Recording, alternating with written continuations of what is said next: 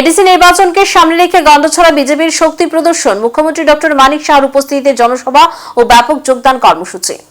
আসন্ন ডিডিএডিসি নির্বাচনকে সামনে রেখে ধলাই জেলার গন্ডছড়ায় নবনির্মিত মোটর স্ট্যান্ডে অনুষ্ঠিত হয় এক বিশাল নির্বাচনী জনসভা।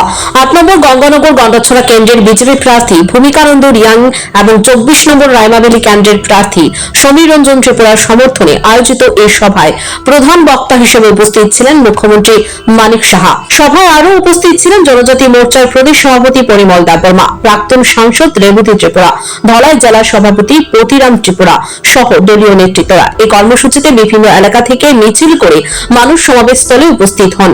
সভায় জাতি জনজাতি উভয় সম্প্রদায়ের ব্যাপক অংশগ্রহণ লক্ষ্য করা যায়।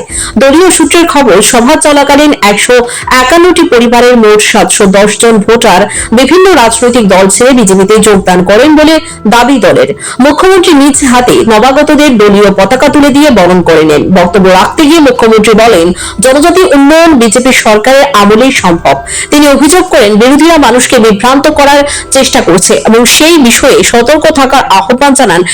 একই সঙ্গে শান্তি বজায় রাখার উপর জোর দিয়ে তিনি বলেন, শান্তি ছাড়া উন্নয়ন সম্ভব নয়। প্রধানমন্ত্রী নরেন্দ্র মোদীর নেতৃত্বে দেশ এগিয়ে চলেছে এবং সেই ধারাতেই এডিসি এলাকাতেও উন্নয়ন নিশ্চিত করতে বিজেপিকে সমর্থনের আহ্বান জানান তিনি। এডিসি নির্বাচন ঘিরে রাজ্যের বিভিন্ন প্রান্তে জোরদার হচ্ছে রাজনৈতিক প্রচার, বাড়ছে ভোটের উত্তাপ। কোটি টাকা আমরা যে এলিমেন্ট প্রজেক্ট ফরেস্টের সেইগুলো জনজাতি অধ্যুষিত এলাকায় আমরা করছি, সেখানেও তার ডেভেলপমেন্ট।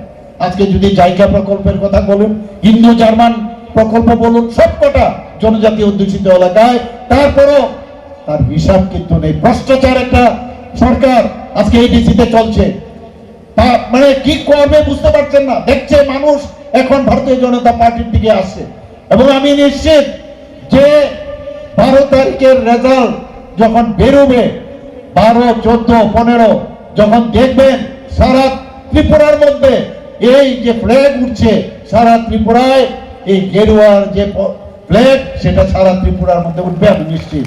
মানুষ বুঝতে পারছে